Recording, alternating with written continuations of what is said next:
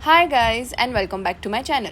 बहुत सारे लोगों ने मुझसे कमेंट सेक्शन में पूछा था कि काउंसलिंग कैसे होती है, काउंसलिंग का प्रोसीजर कैसे होता है, काउंसलिंग स्टार्ट कब से होगी, प्राइवेट एंड गवर्नमेंट कॉलेजेस की काउंसलिंग कैसे होती है, आयुर्वेद की काउंसलिंग कैसे होगी, आयुष कोर्सेज उनकी काउंसलिंग कैसे होगी, MBBS BDS क्या इनसे इनकी काउंसलिंग अलग होती है, काउंसलिंग का टाइमिंग क्या होगा एंड बहुत सारी चीज़ें लोगों ने मुझसे कमेंट में पूछ रखी थी। सो आई थॉट ब्रीफली एक काउंसलिंग पे वीडियो बना देती हूँ, जिससे कि आप लोगों को एक बार आइडिया लग जाएगा कि आपको अभी कौन कौन से डॉक्यूमेंट्स प्रिपेयर करने हैं, किन किन डॉक्यूमेंट्स की नीड होगी एंड आपको काउंसलिंग में कैसे प्रोसीड करना है। सबसे पहले मैं आपको बता देती हूँ कि काउंसलिंग स्टार्ट कब से होती है।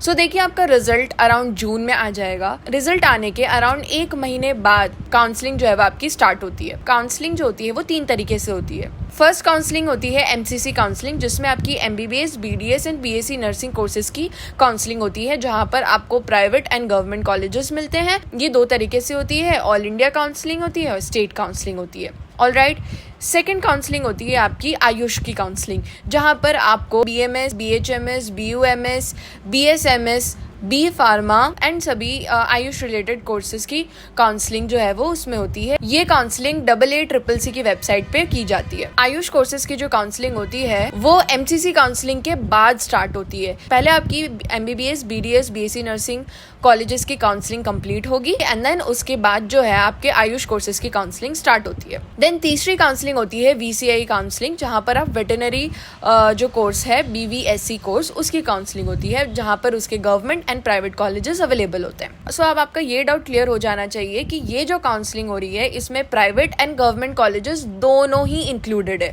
तो ऐसा नहीं है कि अगर आप प्राइवेट कॉलेजेस में एडमिशन लेने का सोच रहे हैं देन आपको अलग से उनके कॉलेज में जाकर एडमिशन कराना पड़ेगा। नहीं, उनके कॉलेज में आपका एडमिशन काउंसलिंग के थ्रू ही होने वाला है। अब आपको ये पता चल गया कि कितनी तरीके की काउंसलिंग करवानी होगी, आपको कौन कौन से कोर्सेज के लिए कहाँ पे काउंसलिंग करवानी है। तो मान लीजिए आपके मार्क्स जो है 500 प्लस आ रहे हैं, तो आपको MCC काउंसलिंग करवानी है, मतलब MBBS BDS कोर्सेज के लिए आपको काउंसलिंग करवानी है। अगर आप गवर्नमेंट ले रहे हैं तो गवर्नमेंट कॉलेजेस के लिए कराइए, प्राइवेट के लिए अगर आप लेना चाहते हैं तो उसके लिए कराइए। मैं आपको बता देती हूँ कि जो MCC ऑल इंडिया काउंसलिंग हो रही है एंड जो आयुष की ऑल इंडिया काउंसलिंग होगी उसमें कौन कौन से कॉलेजेस आएंगे। तो देखिए, जो भी सेंट्रल यूनिवर्सिटीज़ हैं, जैसे कि अगर मैं MCC काउंसलिंग की बात करूँ तो वहाँ पर एम्स हो गई, जिपमर हो गई, ऐसी जो यूनिवर्सिटीज़ जिनमें कोई स्टेट कोटा नहीं लगता, वो सारी यूनिवर्सिटीज़ एंड वो सारे कॉलेजेस जो होते हैं वो ऑल इंडिया काउंसलिंग में आते हैं।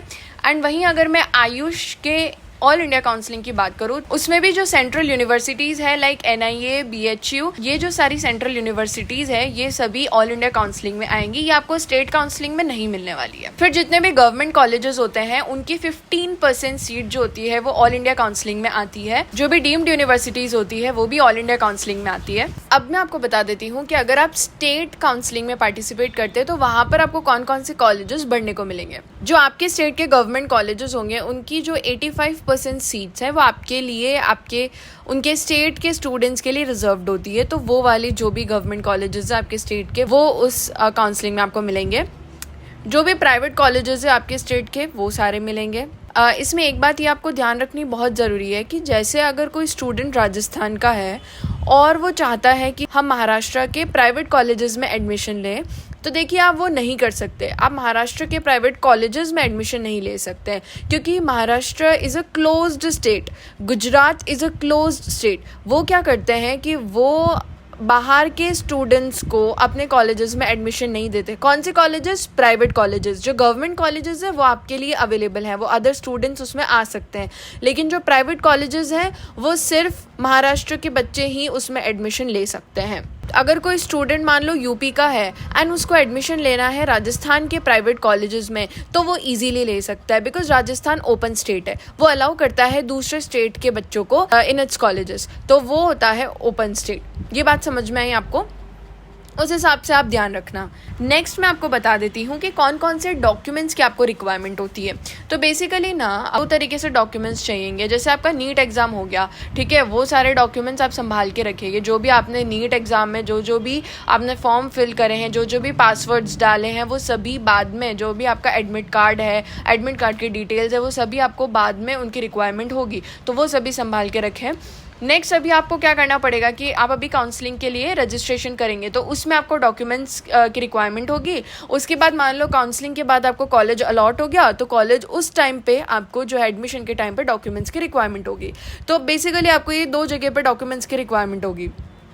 तो मैं बता देती हूँ कि अभी फिलहाल जब आप काउंसलिंग में रजिस्टर करेंगे तो उसके लिए कौन कौन से डॉक्यूमेंट्स आपको चाहिए होते हैं। अभी अगर आप पोर्टल पे जाके देखेंगे तो वो पोर्टल क्लोज आ रहा होगा। जब काउंसलिंग स्टार्ट होगी तब आपको वहाँ पर सब कुछ details and form filling details आपको वहाँ पर नजर आएंगी। सबसे पहला इंपॉर्टेंट डॉक्यूमेंट आपके पास होना चाहिए आपका आईडी प्रूफ, एंड सबसे अच्छा आईडी प्रूफ होता है आधार कार्ड। अगर आपके पास आधार कार्ड नहीं है तो आप आपका voter ID card, PAN card, driving licence कुछ भी यूज़ कर सकते हैं। नेक्स्ट आपको चाहिएगा एडमिट कार्ड। आपको आपका नीट के टाइम पे जो पासवर्ड डाला था वो पासवर्ड चाहिएगा लॉगिन करने के लिए। आपको आपका नीट का रजिस्ट्रेशन नंबर भी चाहिए होगा। आपको आपका स्कोर कार्ड, जो भी आपका रिजल्ट आया नीट में, वो चाहिएगा। अगर आप स्टेट काउंसलिंग में पार्टिसिपेट कर रहे हैं और अगर आपने अपना स्टेट का डोमिसाइल बनवा रखा है तो वो डोमिसाइल सर्टिफिकेट वहाँ पर लगता है। अभी तक अगर आपने डोमिसाइल नहीं बनवाया हो तो अभी भी बनवा लीजिए, आपके पास टाइम है। डोमिसाइल, कास्ट सर्टिफिकेट, ये सारे सर्टिफिकेट जो है वो अभी बन जाएंगे। और फाइनल कास्ट सर्टिफिकेट आपको चाहिए होता है। अगर आप सेंट्रल लेवल मतलब ऑल इंडिया पे भी काउंसलिंग करवा रहे हैं या चाहे स्टेट लेवल पे काउंसलिंग करवा रहे हैं, दोनों जगह पे आपको आपका कास्ट सर्टिफिकेट लगेगा। अगर मैं डोमिसाइल की बात करूँ तो वो सिर्फ आपके स्टेट काउंसलिंग में लगेगा। ये सारे जो है आपको अभी काउंसलिंग के टाइम पे जब आप रजिस्टर करवाएंगे तब ये डॉक्यूमेंट्स की रिक्वायरमेंट है। तो इनमें से कोई भी डॉक्यूमेंट अगर आपके पास नहीं हो तो अभी भी आपके पास बहुत टाइम है, तो वो बनवा लीजिए। एक और बात ध्यान रखिएगा कि जो डोमिसाइल है, जो मेडिकल सर्टिफिकेट है, जो कास्ट सर्टिफिकेट है, उनकी कुछ ड्यूरेशन होती है, तभी तक वो वैलिड रहते हैं। तो वो ध्यान से देख करके, जैसे EWS भी अगर आपका है तो वो जो सर्टिफिकेट होते हैं ना, जो होती है एक टाइम ड्यूरेशन होती है, उसके बाद वो वैलिड नहीं माने जाते, तो वो देख करके अपने सर्टिफिकेट बनवाइएगा। दूसरा, आपको अदर डॉक्यूमेंट्स चाहिएंगे जब आपका कॉलेज में एडमिशन हो जाएगा एंड जब आप कॉलेज में अपना एडमिशन करवाने जाएंगे उस टाइम पे भी आपको डॉक्यूमेंट्स चाहिए। वैसे उन डॉक्यूमेंट्स की इस वीडियो में बताने की नीड नहीं है, बट फिर भी मैं बता देती हूँ जस्ट इन केस प्रिपेयर करना हो तो। इसमें ना आपको आपका एडमिट कार्ड लगेगा, आपको आपका जो कंफर्मेशन लेटर आता है कॉलेज से वो चाहिएगा, आपको काउंसलिंग का रजिस्ट्रेशन पेज जो है वो चाहिएगा, आपको आपका सीट अलॉटमेंट लेटर चाहिएगा, आपको आपका स्कोर कार्ड चाहिएगा। ठीक है, आप अपनी पासपोर्ट साइज फ़ोटो ले जाइएगा। मैं तो कह रही हूँ 10-12 ले जाओ, ठीक है, कोई दिक्कत नहीं है। वहाँ पे कहीं गुम हो जाए तो फिर वहाँ पे बहुत हम लोग जो है वो पैनिक कर जाते हैं, तो वो नहीं करना है। आधार कार्ड और आपका आईडी प्रूफ तो ले जाना ही है। देन TC एंड माइग्रेशन, अगर आपने 12th के साथ नीट दिया था एंड अगर आपका सिलेक्शन होता है, अगर आपको कॉलेज अलॉट हो जाता है तो आपको TC एंड माइग्रेशन स्कूल से बनवाना पड़ेगा। लेकिन अगर आपने कोई कोर्स किया है और अगर आप कॉलेज गोइंग स्टूडेंट है एंड अब आपका नीट में सिलेक्शन हुआ है तो आपको कॉलेज से TC एंड माइग्रेशन बनवाना पड़ेगा। दूसरा होता है आपका कैरेक्टर सर्टिफिकेट चाहिएगा, ये भी स्कूल वाले ही बना देते हैं आपको, उसमें कोई टेंशन की बात नहीं है। देन आपको आपकी 10th एंड 12th की मार्कशीट चाहिए होगी, कास्ट सर्टिफिकेट चाहिए होगा, गैप सर्टिफिकेट चाहिए होता है। अगर आपने मान लो आपने 12th कर ली एंड उसके बाद आपका 1 साल या 2 साल का गैप हो गया एंड उसके बाद उस गैप में आपने कुछ नहीं किया है, देन आप नीट दे रहे हैं तो आपको गैप सर्टिफिकेट बनवाना पड़ेगा। ये कोई भी एडवोकेट बनवा देते हैं। आपको आपका डोमिसाइल भी चाहिएगा। बहुत सारे कॉलेजेस जो है वो आपसे आपका मेडिकल सर्टिफिकेट मांगते हैं, तो वो आपको बनवाना पड़ेगा। जैसे पर्सनली मुझे मेरे कॉलेज वालों ने मेडिकल सर्टिफिकेट नहीं मांगा था तो मुझे जरूरत नहीं पड़ी थी, तो वो कॉलेज टू कॉलेज डिपेंड करता है। इन सब की नीड आपको बाद में पड़ेगी, बट फिर भी मैंने अभी बता दिया। नेक्स्ट मैं आपको ये बता देती हूँ कि आपको कितना फी लगेगा टोटल रजिस्ट्रेशन के लिए इन सब कुछ काउंसलिंग में।